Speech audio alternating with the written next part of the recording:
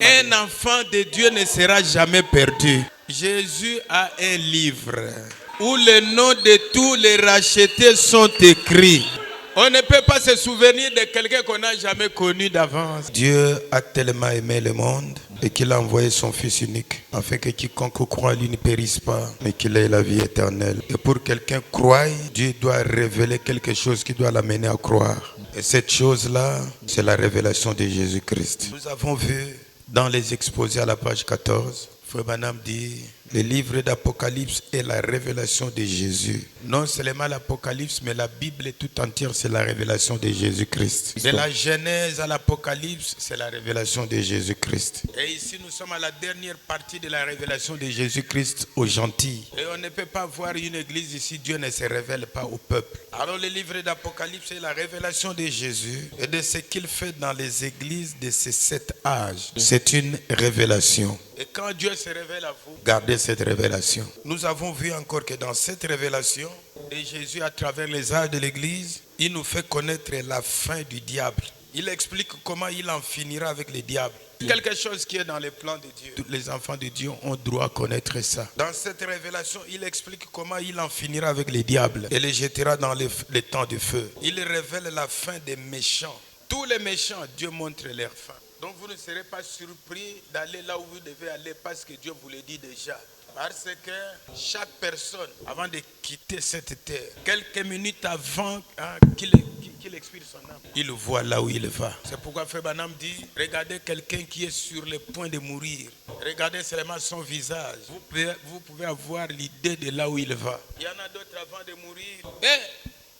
Laisse-moi, les voici, ils sont là, avec des fouets. Laissez-moi. Quand vous voyez comme ça, vous savez déjà là où il va. Vous pouvez faire vos messes, appeler les hommes les plus saints de la terre, ils ne changeront pas son sort. Vous savez les services qu'on a l'habitude de faire ici. Frère Branham dit que Jésus ne faisait pas de services funèbres. On ne parle pas à cette personne-là, on s'adresse aux vivants parce que c'est un message. Quand vous entendez les corbillards passent là-bas, les gens pleurent. C'est un évangile qu'on vous annonce. Vous allez voir quelqu'un avant de partir, maudit sa femme, maudit ses enfants. Des histoires compliquées, vous savez là où il va. Il y en a d'autres. Mes enfants, venez. Papa vous précède. Je vais vous attendre. S'il y a quelque chose que je vous laisse, Dieu. Les véhicules vont s'abîmer. Gardez la parole de Dieu. C'est ce que j'ai fait. Un homme comme ça, vous pouvez avoir l'idée de là où il va. Que ceux qui savent qu'ils vont au ciel acclamer pour le Seigneur. Parce qu'on ne peut pas dire ceux qui vont en enfer, tout le monde ne va pas accepter. Donc il explique comment il en finira avec les diables. Il révèle la fin des méchants qui suivent Satan. C'est pourquoi nous avons lu heureux ceux qui suivent. On vous montre déjà ce qui va vous arriver. Et comme l'Apocalypse montre ça, la Bible montre ça, Satan a horreur de cela. Qu'il y a 2 livres de la Bible que le diable déteste. Genèse et Apocalypse. Voyez, il ne cesse de s'en prendre. Il attaque les livres de Genèse. Il attaque la semence du serpent. Il attaque la révélation de Jésus-Christ. Et il attaque ça violemment. Parce que ça les met à découvert. Donc dans ces 2 livres, nous trouvons l'origine de Satan. Parce que Frère Branham a prêché un message, question-réponse sur la Genèse. Et ça vous montre sa destruction. Voilà pourquoi le diable attaque ces 2 livres. C'est pourquoi le diable attaque la révélation. Il a horreur d'être démasqué. Et dans ces 2 livres, il révèle exactement tel qu'il est. Toutes les tactiques que le diable fait, la Bible les montre. Voilà. Quand vous voyez comme ça, c'est lui. Vous voyez comme ça, c'est lui. Quand vous voyez comme ça, c'est lui. Et alors, qu'est-ce que le diable fait? Il aimerait prouver le contraire aux gens. Il a la chose comme ça, il vient, il amène le contraire. Mais comme il ne le peut pas. Vous savez ce message, cherchez à tordre ça comme vous voulez, mais le message ici ne sera jamais une dénomination. Donc le diable s'efforce par tous les moyens de détruire notre confiance dans la parole. Regardez ce que les gens ont fait. Le diable est dans les hommes, n'est-ce pas? Si vous cherchez le diable, il est dans des hommes. Regardez ce qu'il fait. Comme le matin, quelqu'un a dit qu'il y a un homme qui prêche à la radio, que William Branham est le chemin, la vie, la vérité. Frère Branham dit, quand vous lisez la Bible de la Genèse à l'Apocalypse, vous ne voyez pas Jésus, relisez.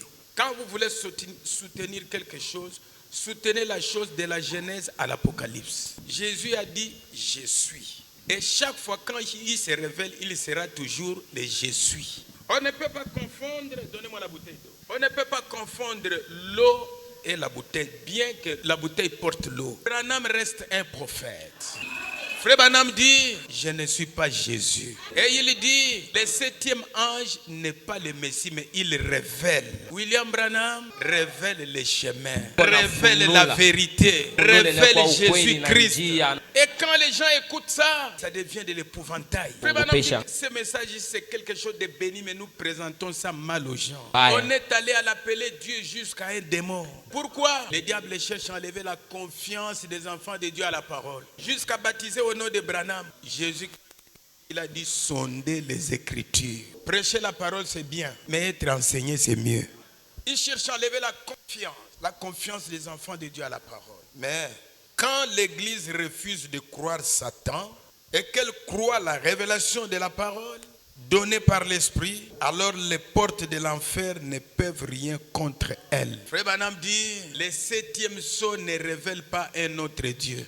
Le 7e sceau révèle Jésus-Christ. J'aimerais que vous puissiez être à mes côtés. Frère Branham dit, quand il amène la révélation de Jésus-Christ, il dévoile le diable, il dévoile ses plans et voir l'expression transparaît sur les visages des gens. Quand Satan sait qu'il va être dévoilé, le diable qui a mis les gens sous son contrôle. Je ne parle pas ici des gens eux-mêmes, mais de Satan qui a une emprise sur leur vie par le péché. Si vous voulez savoir qu'à cet endroit il y a des enfants de Dieu, la parole, ils seront, ça va les exprimer.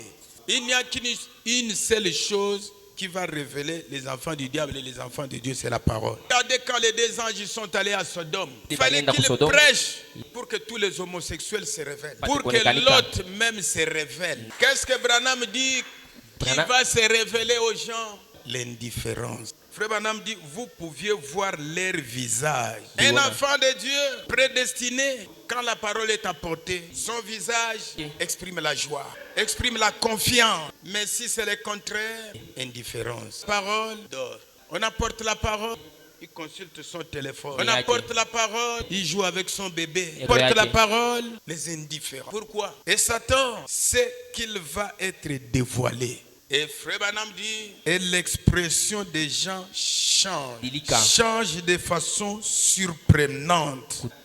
Ça commence à devenir compliqué, prêt à faire du mal. Vous avez vu Caïn, ce qu'il a fait? Abel ne lui a rien fait. Mais regardez comment il était devenu. Regardez l'expression de son visage, même quand on lui a dit ne fais pas ça. Regardez comment il était. Regardez les 2 brigands sur la croix, tous étaient là-bas. Regardez celui qui est venu de l'enfer. Son attitude envers Jésus, Jésus ne lui a rien fait. Jésus n'était pas dans leur groupe de brigands. Jamais participé à leurs histoires, même pas une fois. Regardez, il devait s'en prendre à Jésus. Toi, si tu es le fils de Dieu, quitte ici, quitte-nous ici.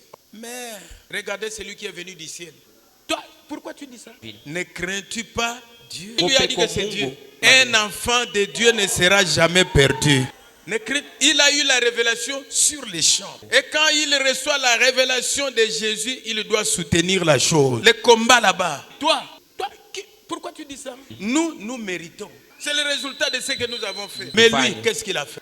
Vous avez compris? Lui, qu'est-ce qu'il a fait? Regardez son attitude. Seigneur, souviens-toi de moi.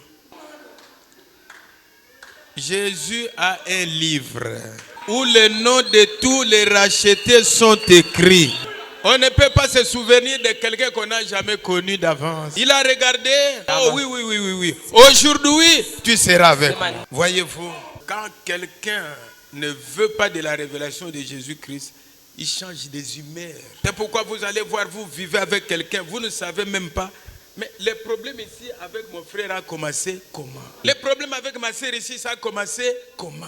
Mes frères, j'ai pensé à une chose le matin. Aimer Dieu. Vous savez, chaque enfant de Dieu, le diable fait ce qu'il a fait à Jésus. Depuis le premier jour de votre naissance, il vous a poursuivi. Mais il ne vous pouvez pas enlever la vie en vous tant que vous n'êtes pas manifesté. Combien de maladies voulez vous tuer? Combien des accidents voulez vous tuer? Combien de sorciers voulez vous tuer? Combien de mal le diable voulait vous faire?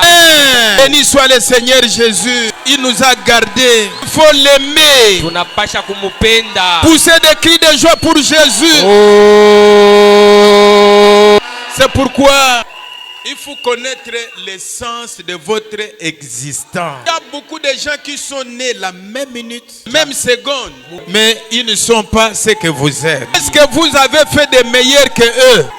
Est-ce que vous ne pouvez pas vous souvenir de Dieu dans toute votre vie?